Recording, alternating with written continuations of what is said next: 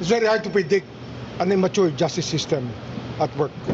Very immature pa yung justice system ng Timor-Leste. There are maybe a million reasons for this. I don't know.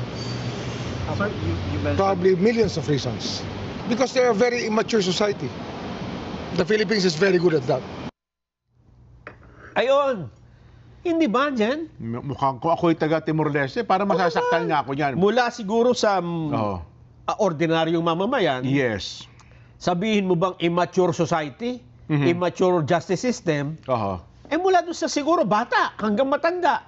At kahit na yung mga karaniwang tao ng Timor-Leste, hindi magiging maganda ang pagtanggap sa pahayag na yan. Kung halimbawa ang taga Timor-Leste naman magsabi, oy, ang kayong mga taga Pilipinas, masyadong immature ang justice system ninyo dyan.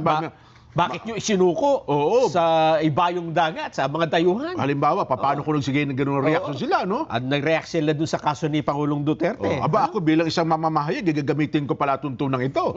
Para sabi, oy, Timor-Leste, huwag kayo nakikialam sa... Kung ganun ang mangyayari. Kanya-kanya, di ba? Nasundan pa yan dyan ng isa pang pahayag. This time, Department of Foreign Affairs naman. Nagbigay din sila ng Ang sabi niya, we are disappointed that Timor-Leste has not shown enough trust in the delivery of justice in the Philippines. A founding member of the ASEAN, yung Pilipinas, which it seeks to join. And among the very first ASEAN members states to convey support for its aspiration to join the association. So parang gusto sabihin, may hinihingi kayong pabor sa amin eh. Gusto nyo maging miyembro ng ASEAN. Kailangan mo ang tulong namin. So parang dapat ang decision nyo, pabor din sa amin. Ayun nga. Mukhang batay ka. Ang kagawaran, ano po ito? Hustisya pinag-uusapan natin dito, ha? At ito naman, Department of Foreign Affairs, diplomatic relation naman ito. Parang hindi rin maganda na parang pine-pressure mo ang isang bansa dahil meron silang kahilingan sila na maging miyembro ng ASEAN. Ayan. At dahil dyan, hindi na ho nakapagpigil. Sabi ko sa inyo, may magre-react dito. Sumagot ang mga opisyales ng Timor-Leste? Hindi lang basta-basta opisyal ito, Jen. Itong sumagot ay dating foreign minister ng Timor-Leste. At kasalukuyan, siya po ang permanent representative sa United Nations ng Timor-Leste. Hindi siya nakapagbabuti yung mga taga Timor-Leste mismo ang sabi ni kagawaran ng katarungan ng Timor-Leste. Ang hindi rin sumagot kundi ito ay Ito na siya. Siyempre hindi naman palagay ko iimik na yung judiciary. Hindi naman masyadong nagre-react yan, di ba? Tsaka parang retired justice din ata ng Timor-Leste, no? Naging din ito. Ang alam ko, nakalagay doon sa... Matataas na naging mataas na opisyal ng Timor-Leste. Yes. Ang sabi niya, siya po ay sumulat ng isang artikulo na lathala sa Timor-Leste at meron ding English article. Okay. Ano ang kanyang sentimiento at reaksyon sa mga sinabi? Eto, pinili ko yung mga mahalaga, Okay. Eto, ang sabi niya tungkol sa judicial independence and the separation of powers. Dito meron kang dapat mapagtanto natin ito, lalo na ng Department of Justice. Ako knowing Secretary Boying Rimulya, well, ako personally alam ko matapang yan, pero kahit ito'y matapang, makatwiran ito at saka makatarungan ito. Pero para sabihin niya yan, Sec Boying, aywan ko lang parang sablay, medyo ako po bilang isang kaibigan niya, parang masasabi kong mapupunak ako sa bagay na ito. Kaya itong sinabi ang sumulat po nito ay si dating Foreign Minister Dionisio Babo Soares. Parang Pilipino lang Dionisio Soares. Soares, Taga Timor-Leste talaga yan? Taga Timor-Leste. Baka Pilipino yan. Okay. Ang kanyang isang inakda dito, ang kanyang tinalakay tungkol sa judicial independence. Sabihin yung hukuman, dapat independent yan. Hindi mo papakialaman, di ba? So, teka lang, ang tinutukoy, baka naman may ibas ang tinutukoy. Ang tinutukoy pa yan ay mga naunang pahayag ni Secretary Remulla at saka ng Department ng Foreign Affairs ng Pilipinas? Mismo. Ayun. Baka naman kasi kako mamaya At saka mapapanggan natin. Sige. Tungkol sa judicial independence and the separation of power. The separation of powers is a cornerstone of democratic system. ensuring that the judiciary operates free from interference by the executive or legislative branches. Eh mukhang dyan palang tinamaan na sila dyan eh. Oo nga. Di ba nung ipinipilit nila na ang judicial authority, competent judicial authority, DOJ, di ba? Marami nga napangiti doon, no? Ha? Ang sabi niya, judiciary operates free from interference by the executive or legislative branches. Okay. In democracies, judicial independence is sacrosanct. Mataas yan. Allowing courts to adjudicate case based on laws and facts rather than political pressure. Hindi na pwede pinipressure yung judiciary, lalo na kung politika ang dahilan. Okay. Eto na. The Philippine government's apparent frustration. So talagang tinukoy ang pamahalaan ng Pilipinas ay yung kanilang yung hindi pagkagusto ang desisyon with Timor-Leste's judiciary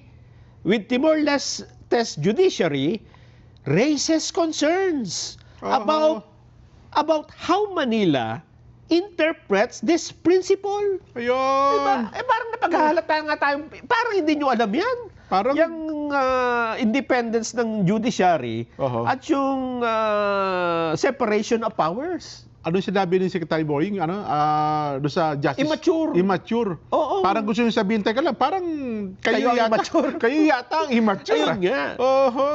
Ito pa. Does it view, patanong po ito, does it view judicial independence as subordinate to executive decisions? Ba, parang tinamaan na naman tayo dito dyan. Kasi yung ginawa nila sa dating Pangulong Duterte, parang ganitong-ganito ha? Does it view that judicial independence as subordinate to executive decisions? Sunod-sunuran ba ito sa pasa ng executive? Parang gano'n, no? Eto pa dyan. Eto na yung tusok na tusok.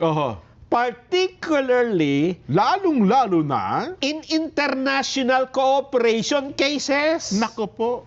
Bullseye ang tawag dyan. Bullseye. Hindi lang sa kaso ni Tebes to dyan. Sa kaso din ng dating Pangulong Duterte. Parang may patama na, di ba? Totoo. Pwede ba yon na ang mamamayani executive decision sa halip na yung judiciary ninyo? Lalo na kung international cooperation cases? Kasi yung Department of Justice, ano yan di ba? Executive Department yan Hindi naman yung judiciary Eto pa. If so, such a stance could undermine the foundational democratic principle of an impartial judiciary. Di ba? Kaya nga nakapiring yung babae dyan, may hawak ng timbangan. Impartial ka dapat talaga dyan. Pagka hindi sinunod ito, parang nabaliwala nga yung impartiality ng hukuman, di ba? Ito pang tanong niya. Ito pang sabi niya, it is worth reflecting on whether Manila expects its presidency or government to influence judicial outcomes to align with diplomatic objectives. Nadamay pa yung presidente dito. Diba? Kailangan ba ng influensya ng presidente sa mga judicial outcome? The notion of the government initiating the courts contradicts the ideals of judicial autonomy and separation of powers. While extradition cases often involve executive cooperation, they must remain grounded in legal procedures and judicial rulings.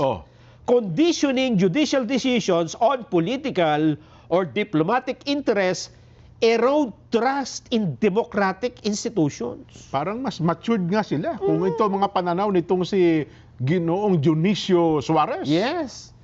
Eto pa dyan ang kanyang paliwanag. Parang masakit ang mga tinuturan nitong... Masakit talaga. Lalo na kung guilty ka, di ba? Totoo. Eto pang sabi niya dyan. Bakit dapat na manindigan ang Timor-Leste sa desisyon nila? Ayun, tungkol kay Tebes. Eto. Adhering to their constitutional powers, Timorese authorities acted independently in addressing the asylum and the extradition request. Eto na dyan, Eto na sinasabi ko.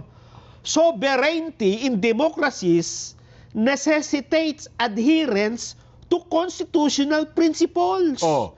Regardless of external pressures. Ayun! So talagang nababanggit ho ang soberenya. Oho. Kapag ka sinuko mo ang soberenya ng isang demokrasya dahil nagpa-impluwensya ka sa external pressure, Oho. wala kang may pagmamalaking soberenya. Kaya pala sabi nga, Timor-Leste judicial system is not obliged Oo. to act according to another nation's expectation. Oo, hindi sila obligado na sumunod sa atin. Kasi para bagang ine-expect ng Pilipinas, ang ine-expect namin mapapauwi yan eh. Oo. Kami ang mananaig dyan eh. Yes. Sabi ng Timor-Leste, ba't teka, wala kami pakialam sa inyo, ba't kami mapapapressure sa inyo? Sabi niya, pagka sumunod kami sa inyo, na-pressure nyo kami, isinusuko namin yung soberenya.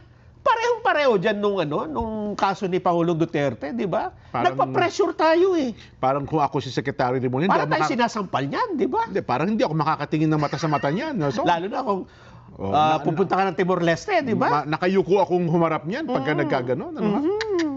Oho. At nabanggit din yung parang tinatakot